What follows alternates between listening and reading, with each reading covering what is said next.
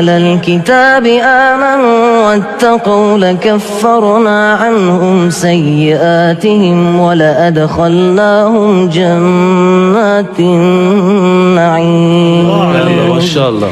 ولو أنهم أقاموا التوراة والإنجيل وما أنزل إليهم من ربهم لأكلوا من فوقهم ومن تحت أرجلهم منهم أمة مقتصدة وكثير منهم ساء ما يعملون.